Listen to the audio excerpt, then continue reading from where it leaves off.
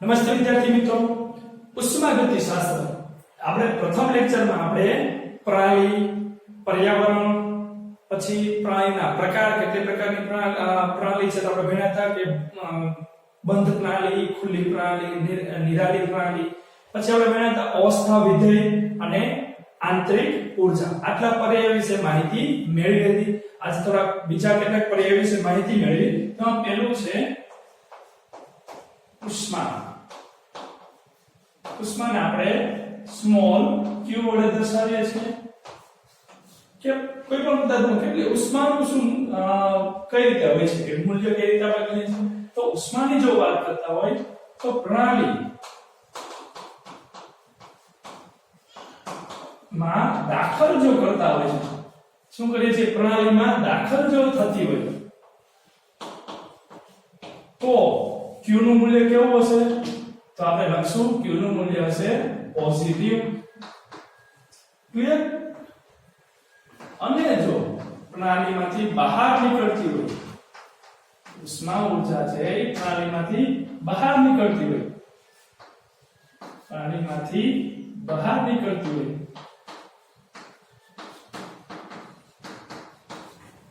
તો શું લખશું આપણે? તો q છે કેવું લખશું? નેગેટિવ, એટલે કે ઋણ લખશું. ક્લિયર? અથવા તો બીજી રીતે વાત કરીએ તો આપણે એમ કહી શકાય કે ઉષ્મા છે એ પ્રણાલીમાંથી પર્યાવરણમાંથી પ્રણાલીમાં, એટલે કે આમાં પ્રણાલીમાં દાખલ થાય છે. ઓકે, તો પર્યાવરણમાંથી પ્રણાલીમાં દાખલ થાય છે અને આમાં શું કહેશું કે પ્રણાલીમાંથી પર્યાવરણમાં બહાર નીકળે છે. ઓકે, તો પ્રણાલીમાં જો પર્યાવરણમાંથી પ્રણાલીમાં આવે છે તો q પ્લસ થશે અને પ્રણાલીમાંથી બહાર નીકળી ક્યાં જાય છે? પર્યાવરણમાં રહે છે. તો ઉષ્મા ઊર્જા બહાર નીકળે છે તો આપણે એને કેવું લખીએ છીએ? માઈનસ તરીકે લખીએ છીએ. ઓકે, એના પછીનો પર્યાય છે કાર્ય. કાર્ય એટલે કે w. આપણે w વડે દર્શાવીએ છીએ. તો કાર્ય w, તો આપણે આમાં બે શબ્દ જનરલી વાપરતા હોય છે કે પ્રણાલી પર થતું કાર્ય, અને બીજું લખીએ છીએ આપણે કે પ્રણાલી વડે થતું કાર્ય. કે પ્રણાલી પર કાર્ય થાય છે અને પ્રણાલી વડે કાર્ય થાય છે. જો પ્રણાલી પર કાર્ય થતું હોય તો w કેવું આવશે? પોઝિટિવ આવશે. અને પ્રણાલી વડે જો કાર્ય થતું હશે તો w આવશે નેગેટિવ. હવે આનો મીનિંગ શું? ઓકે, તો આપણે ઉદાહરણ તરીકે જોઈએ કે પ્રણાલી વડે કાર્ય થાય છે અથવા પ્રણાલી પર કાર્ય થાય છે. એટલે શું કે માની લો કે આ રીતે સ્કોપ વાળી જગ્યા છે. ઓકે, તમારી પાસે એક ટ્રોલી છે, પેરાવાળી ટ્રોલી છે અને તમે એને આ રીતે ઉપર ધક્કો મારો છો. તો ધક્કો મારીને એ ટ્રોલીને તમે ગમે તે આ જગ્યાએ પહોંચાડો છો તો તમને પ્રણાલી પર કાર્ય કર્યું કહેવાય. સમજાય છે? શું કર્યું? આપણે ટ્રોલીને ધક્કો મારીને ટ્રોલીને આ જગ્યાએ લઈ ગયા તો પ્રણાલી પર કાર્ય છે. એનાથી ઊંધું આપણે જોઈએ કે હવે ઓલરેડી ઢાળ ઉપર પહોંચી ગઈ છે, ઢાળ ઉપર પહોંચી ગઈ છે, ત્યાંથી ઓટોમેટિકલી નીચે આવે છે. ઓકે, તો પ્રણાલી વડે કાર્ય થયું કહેવાય. ક્લિયર? તમે કોઈ પણ બોટલ છે કે લઈને ઉપર ચડો, ઉપર જગ્યાએ મૂકો છો તો તમે પ્રણાલી પર કાર્ય કર્યું કહેવાય. પણ ત્યાંથી જો ગગડી નીચે પડે તો શું કહેવાય? પ્રણાલી વડે કાર્ય થયું કહેવાય. ઓકે, તો પ્રણાલી પર એટલે વર્ક ડન ઓન સિસ્ટમ અને વર્ક ડન બાય સિસ્ટમ. તો ઘણી વાર આપણે ભણતા હોય છે વર્ક ડન ઓન સિસ્ટમ અને work done by system. Okay, ત્રીજી આનો આજનો આપણે ત્રીજો ટોપિક જોઈએ કે એન્થાલ્પી.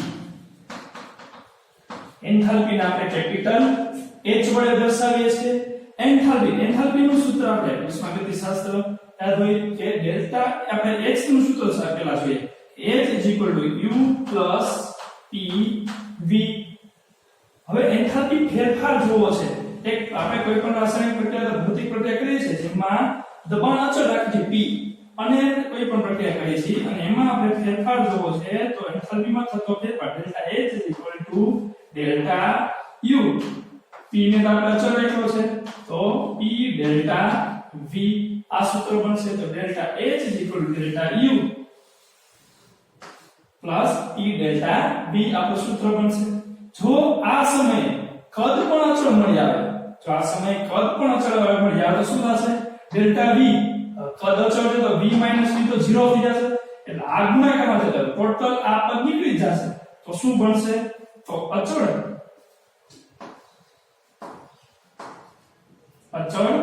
કદ જો મળી જાય તો અચળ કદ શું થશે તો ડેલ્ટા H ડેલ્ટા U થશે એટલે કે આને આપણે QV તરીકે પણ દર્શાવી શકાય છે હવે એન્થાલ્પી ની વાત કરીએ છીએ અહીંયા PV બરાબર nRT સૂત્ર પણ મૂકી શકી PV બરાબર nRT આપણે કઈ સૂત્ર છે વાયુ સૂત્ર તો P ડેલ્ટા V બરાબર delta N RT okay generally આપણે ગેસિયસ લેતા હોય છે તો NGRT લખશું આપણે કે ગેસિયસ કમ્પાઉન્ડ છે તો અણુ પરમાણુ જે તમે લીધા છે ગેસિયસ વાયુ અવસ્થામાં હોવા જોઈએ ઓકે તો બસ સૂત્ર મૂકી દઈએ તો નવું સૂત્ર આપણી પાસે મળશે delta H delta U plus delta NGRT okay તો આ સૂત્ર એન્થાલ્પી ની વાત કરીએ તો ઉષ્મા શોષક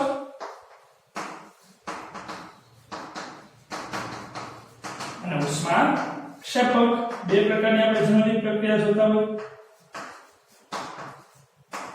શોષક છે તો ડેલ્ટા H નું મૂલ્ય કેવું આવશે કે પોઝિટિવ આવશે અને જો ક્ષેપક હશે તો ડેલ્ટા H નું મૂલ્ય નેગેટિવ એટલે કે ઋણ આવશે શોષક છે પ્રક્રિયાનો ઊર્જાનું શોષણ કરે છે અને આમાં શું થાય છે પ્રક્રિયા ઉષ્મા બહાર ધકેલે છે તો આ વાત થઈ ગઈ એન્થાલ્પી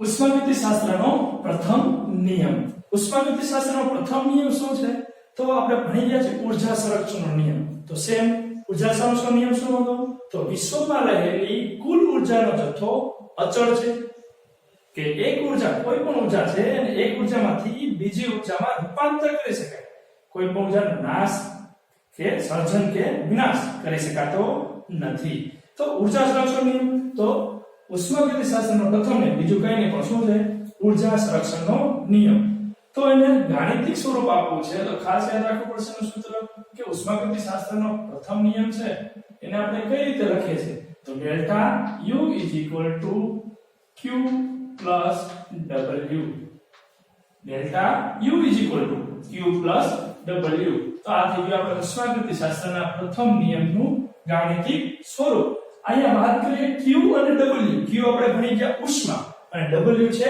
કાર્ય તો એ બે પથ વિધેય છે જ્યાં Q અને W કેવા છે તો પથ વિધેય છે પથ વિધેય એટલે કેવા તો એ તમે કઈ રીતે કાર્ય કરો પથ કયો તમે રસ્તો અપનાવ્યો છે કાર્ય કરવા માટે તો પથ વિધેય એટલે આપણે ભણ્યા છે કે ઉષ્મા પ્રણાલી બહાર નીકળે છે કે ઉષ્મા પ્રણાલીની અંદર આવે છે જો બહાર નીકળે તો Q માઈનસ આવશે અંદર આવતી હોય તો Q પ્લસ આવશે સેમ કાર્ય પ્રણાલી પર કાર્ય થાય છે કે પ્રણાલી વડે કાર્ય થાય છે જો પ્રણાલી પર કાર્ય થતું હોય તો W પોઝિટિવ પ્લસ આવશે અને પ્રણાલી વડે કાર્ય થતું હશે તો W કેવો આવશે માઈનસ આવશે અને આગળ ભણી ગયા ડેલ્ટા U કેવો છે તો ડેલ્ટા U અવસ્થા વિધેય છે ઓકે તો આ થઈ ગયું આપણે ગાણિતિક સ્વરૂપ તો હવે આગળ આપણે ભણવાનો છે ઉષ્માગતિશાસ્ત્રનો પ્રથમ નિયમ તો છે પ્રથમ નિયમ કે ઉષ્માગતિશાસ્ત્ર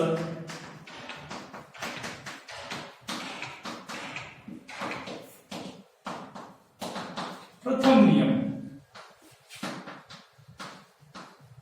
અને આપણે એન્થાલ્પી બંનેને સાથે જોઈએ કે એન્થાલ્પી તો છે પણ ઉષ્માગતિશાસ્ત્રનો પ્રથમ નિયમને અનુસરીને એન્થાલ્પી જોવી છે તો શું તો આપણે બે સૂત્ર છે delta U Q plus W okay તો આપણી પાસે આની પહેલા આપણે એક ભણ્યા હતા કે ડેલ્ટા H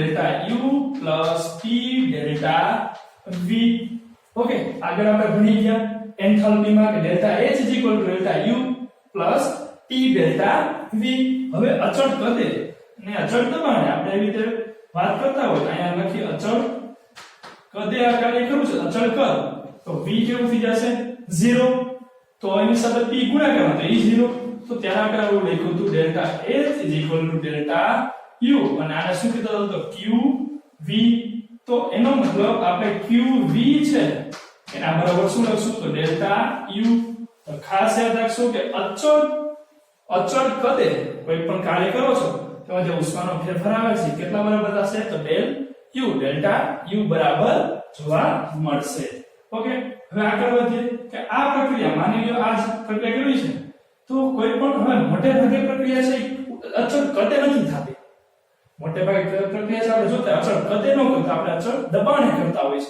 તો અચળ દબાણે કરતા હોય તો કંઈક નવું ગોતવું પડશે આપણે તો અચળ દબાણે પ્રક્રિયા કરવી છે માની લો કોઈ પણ એક વાયુ છે ટેસ્ટ ટ્યુબમાં અથવા બંધ ગોળામાં આપણે પ્રક્રિયા કરતા હોય છે અચળ દબાણે તો અચળ દબાણે પ્રક્રિયા કરવી છે અચળ દબાણે પ્રક્રિયા કરવી છે તો ડેલ u ડેલ્ટા u બરાબર q અચળ દબાણે જે ઉષ્માનો ફેરફાર થાય છે તો અહીં લખશું અચળ દબાણ એટલે qp w અને આપણે શું લખીએ છીએ p ડેલ્ટા v પણ હવે અહીંયા શું થશે વિસ્તરણ થતું છે વાયુ છે એ વિસ્તરણ એટલે પ્રણાલી વડે કાર્ય થાય છે એનો મતલબ અહીંયા શું લખશું માઈનસ w પ્રણાલી વડે કાર્ય થાય છે એટલે w કેવું લખશું માઈનસ p ડેલ્ટા v હવે ડેલ u છે તો આપણે ભણી ગયા આગળ u2 u1 લખી ગઈ અંતિમ માઈનસ પ્રારંભિક બરાબર qp માઈનસ p અચળ છે ડેલ v તો શું લખી ગઈ v2 v1 લખી શકાય ક્લિયર ચલો આગળ વધીએ qp ને કરતા બનાવીએ તો qp બરાબર શું થશે તો u2 u1 અને માઈનસ આ બાજુ આવે તો પ્લસ p v2 v1 ગુણી નાખ્યો ઓલી બાજુ તો શું થશે p v2 અને માઈનસ p v2 થશે અને પછી કાઉન્સ ખોલી નાખો તો શું બનશે u2 plus p v2 minus u1 minus આપણે ખબર છે શું થઈ જશે પ્લસ pv1 ઓકે તો u પ્લસ pv આગળ આપણે આવી ગયું છે u પ્લસ pv h નું સૂત્ર આપણે ભણી ગયા છે h u plus pv u plus pv તો u પ્લસ pv છે તો આના બરાબર શું h લખી શકાય તો qp બરાબર આ 2 બરાબર છે તો h2 h1 ને કાઢી દે 1 1 છે h2 h1 એટલે કે ડેલ્ટા h એટલે કે qp બરાબર શું લખી શકાય ડેલ્ટા h લખી શકાય તો એનો મતલબ અચળ કદ આપ્યું હોય તો આપણે ડેલ u લખશું અને અચળ દબાણે ઉષ્માનો ફેરફાર થાય છે તો એ ડેલ્ટા h વડે દર્શાવવામાં આવે છે ક્લિયર તો આ ગાણિતિક સ્વરૂપ હતું ઉષ્માગતિશાસ્ત્ર અને પ્રથમ નિયમ અને એન્થાલ્પી પડી જાય તો અચળ કદે અને અચળ દબાણે ઉષ્માનો ફેરફાર છે એ આપણે જોયો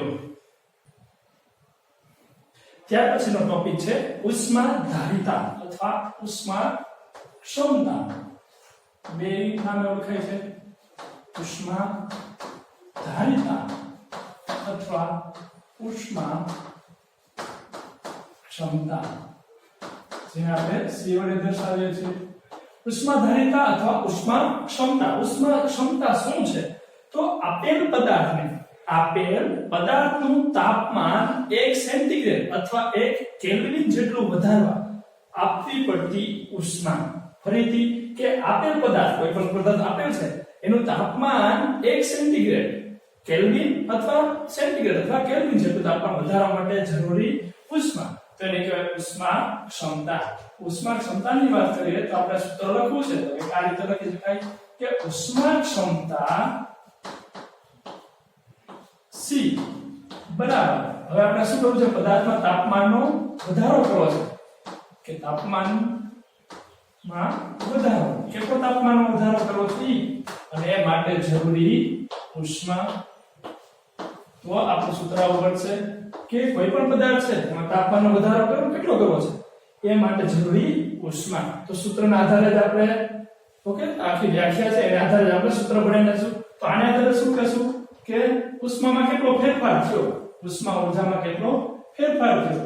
તો ડિફરન્સ ઇન ઊર્જા એટલે કે એનર્જી એટલે શું લખશું q ઉષ્મા dq અને ટેમ્પરેચર dt.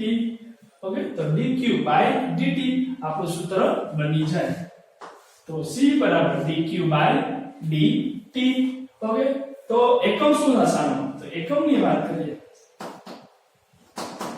એકમ તો થશે જૂલ પ્રતિ કેલ્વિન, કારણ કે ઉષ્મા છે જૂલમાં લેશું અને તાપમાન છે કેલ્વિનમાં લેશું તો ઇન્વર્સમાં, અથવા તો કેલ્વિનમાં પણ લઈ શકાય. તો કેલ્વિન પ્રતિ કેલ્વિન ઉષ્મા ઊર્જા છે. ઓકે તો જૂલ અથવા આપણે કેલ્વિનમાં લઈએ છીએ. કેલ્વિન તાપમાન કેલ્વિનમાં નથી લેવું તો આપણે શું લઈએ સેન્ટીગ્રેડમાં લઈએ. તો જૂલ પ્રતિ સેન્ટીગ્રેડ અથવા કેલરી પ્રતિ સેન્ટીગ્રેડ. તો આ ના થઈ ગયા એકમ. ઓકે તો આ થઈ ગઈ ઉષ્મા ધારિતા. બીજું આવશે એમાં ઓકે ઉષ્મા ધારિતા આપણે આગળ ભણ્યા હતા કે ઉષ્મા ધારિતા માત્રાત્મક છે કે વિશિષ્ટ. તો માત્રા ઉપર આધાર રાખે છે. તો આ ગુણધર્મ કેવો છે? તો માત્રાત્મક છે. માત્રાત્મક ગુણધર્મ ધરાવે છે. માત્રાત્મક ગુણધર્મ ધરાવે છે કારણ કે માત્રા ઉપર આધાર રાખે કે પદાર્થ તમે કેટલો લીધો છે તો એ પ્રમાણે તાપમાન વધારવા માટે તમારે ઉષ્માનું મૂલ્ય પણ વધારે અથવા ઓછું જોશે. હવે વાત કરવાની છે મોલર. મોલર બે નામ ન લખતા આપણે એક જ નામ લખી દઈએ ઉષ્મા ક્ષમતા. મોલર ઉષ્મા ક્ષમતા. તો આપણે આગળ લખ્યું હતું યાદ હોય તો વિશિષ્ટ ગુણધર્મોમાં આપણે લખ્યું હતું ઉષ્મા ક્ષમતા. પણ કેવી મોલર. મોલર છે એક મોલ, નામ જ કે છે એક મોલ પદાર્થ. તો હવે એક મોલ પદાર્થનું તમારા પદાર્થ છે આમાં કેટલો હતો તો આપેલ પદાર્થ કેટલો એ કોઈ આપણે ખબર નહોતી પણ આમાં નક્કી છે કેટલો છે એક મોલ પદાર્થ છે. એક મોલ પદાર્થનું તાપમાન 1 સેન્ટીગ્રેડ અથવા 1 કેલ્વિન જેટલું વધારવા માટે જરૂરી ઉષ્મા છે એને આપણે શું કહેશું મોલર ઉષ્મા ક્ષમતા. એટલે કે મોલર ઉષ્મા ક્ષમતા Cm બરાબર શું થાય તો C બાય આપણો પદાર્થ છે એના મોલ એટલે કે n થશે કે નહીં. તો હવે જો નામ જ આપણે શું ભણ્યા કે એક મોલ પદાર્થ છે એનું તાપમાન 1 સેન્ટીગ્રેડ વધારવા. આપણા પદાર્થનું તાપમાન 1 સેન્ટીગ્રેડ વધારવાને શું કહે છે ઉષ્મા ક્ષમતા C કહે છે. અને કેટલા પ્રતિ મોલ. તો સૂત્ર આપણું બની જશે Cm C by n. હવે જો ધ્યાન આપજો પ્રતિ મોલ છે તો પદાર્થનો જથ્થો નક્કી છે એટલે જથ્થા ઉપર આધાર રાખતું નથી. તો કેવો ગુણધર્મ થશે વિશિષ્ટ ગુણધર્મ થશે. કેવો થશે વિશિષ્ટ ગુણધર્મ. બીજી વાત કરીએ એકમની વાત કરીએ તો એકમ શું થશે તો ઉપર શું છે આ તો છે આ તો એકમ રહેશે જૂલ અને કેલ્વિન ઇન્વર્સ તો રહેશે પણ એક્સ્ટ્રા શું આવ્યું મોલ. તો છેદમાં છે તો જૂલ પ્રતિ મોલ અને કેલ્વિન તો છે પ્રતિ કેલ્વિન અથવા જૂલ પ્રતિ મોલ ડિગ્રી સેન્ટીગ્રેડ ઇન્વર્સમાં અથવા તમે જે શું લખી લો જૂલ જેની બદલે કેલરી તો કેલરી પ્રતિ મોલ અને પ્રતિ કેલ્વિન. એવી રીતે કેલરી પ્રતિ મોલ પ્રતિ ડિગ્રી સેન્ટીગ્રેડ. ઓકે કે ને પ્રતિ ડિગ્રી સેન્ટીગ્રેડ. ખાલી શું થયા પેલો શું એડ કર્યું આપણે પ્રતિ મોલ એડ થઈ ગઈ. ઓકે ચલો તો આ થઈ ગઈ મોલર ઉષ્મા ક્ષમતા. મોલર ઉષ્મા ક્ષમતા તો એ માત્રા ઉપર આધાર નથી રાખતો એટલે આપણે કીધું વિશિષ્ટ ગુણધર્મ ધરાવે છે. હવે આપણે ભણવાનું છે વિશિષ્ટ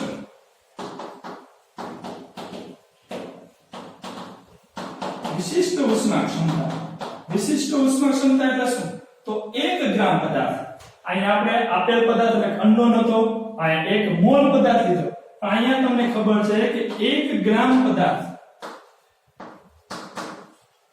1 ગ્રામ પદાર્થ છે એ તમારી પાસે છે અને એનું તાપમાન 1 ડિગ્રી સેન્ટીગ્રેડ અથવા 1 કેલ્વિન જેટલું વધારવા માટે જરૂરી ઉષ્મા તો શું થશે તો તમારે વિશિષ્ટ ઉષ્મા ક્ષમતા છે એને લખવી છે તો શું થશે? તો અહીં મોલ છે, મોલ છે તો આપણે શું લખશું? મોલ અહીં cm છે તો પેલા તો મોલ એટલે શું થાય? દળના છેદમાં આણ્વીય દળ થાય ને.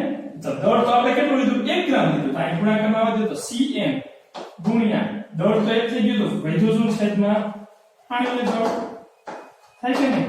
તો વિશિષ્ટ ઉષ્મા ક્ષમતા જો જોવી હોય તો cm અને ઉષ્મા ક્ષમતા આ સ્મોલ c છે સ્મોલ લેટર નો લખાઈ દીધો, કઈ ફેર આવશે નહીં. તો cm આણ્વીય દળ તો વિશિષ્ટ ઉષ્મા ક્ષમતા સ્મોલ c વડે દર્શાવવામાં આવે છે. અને બીજી વાત કરીએ કે માત્રાત્મક છે કે વિશિષ્ટ, તો તમને કહી દીધું છે પદાર્થનો જથ્થો કેટલો છે? 1 ગ્રામ. તો પદાર્થનો જથ્થો નક્કી છે, જથ્થો પાત્ર રાખશે નહીં, એટલે ઈ થશે વિશિષ્ટ ગુણધર્મો ધરાવે છે. ઓકે, અને એકમની વાત કરીએ તો એકમમાં શું આવશે? તો cm ના છેદમાં આણ્વીય દળ. ચાલો એકમ વિચારો. તો cm તો છે જ આપણી પાસે, તારે જૂલ પ્રતિ મોલ અને છેદમાં આણ્વીય દળ એટલે કયું? તો આણ્વીય દળ cm નો એકમ આલી ભાગ્યા આણ્વીય દળ વડે કરી નાખો. ઓકે, તો શું થાય? પહેલા તો મોલ નો એકમ, મોલ એટલે શું થાય? ગ્રામ. ઓકે, મોલ એટલે દળના છેદમાં આણ્વીય દળ થાય weight by molecular weight. આ બતાવ્યું આપણે. ઓકે, મોલ બરાબર weight by molecular weight. અને અહીંયા શું ભાગવાનું કેના વડે છે? તો આણ્વીય દળ વડે ભાગવાનું છે, molecular weight વડે. થશે કે નહીં? ઓકે, તો આ રીતે આપણે કરશું તો શું થશે? મોલેક્યુલર વેટ નીકળી જાય તો ખાલી ગ્રામ વધે, તો આપણે જૂલ ગ્રામ ઇન્વર્સ કેલ્વિન ઇન્વર્સ કેલરી ગ્રામ ઇન્વર્સ કેલ્વિન ઇન્વર્સ. ઓકે, એ રીતે સેન્ટીગ્રેડ માટે જૂલ ગ્રામ ઇન્વર્સ સેન્ટીગ્રેડ ઇન્વર્સ અને કેલરી ગ્રામ ઇન્વર્સ સેન્ટીગ્રેડ ઇન્વર્સ. તો આ હતી ઉષ્માધારિતા ઉષ્મા ક્ષમતા. આપેલ પદાર્થનું તાપમાન 1 સેન્ટીગ્રેડ વધારવા માટે આપેલ પદાર્થનું તાપમાન 1 સેન્ટીગ્રેડ વધારવા માટે આપણી પ્રતિ ઊર્જા 1 મોલ પદાર્થનું તાપમાન 1 સેન્ટીગ્રેડ વધારવાનું છે અને આમાં 1 ગ્રામ. ઓકે, તો આ રીતે આવડી જાય માત્રાત્મક અને આ બે છે વિશિષ્ટ.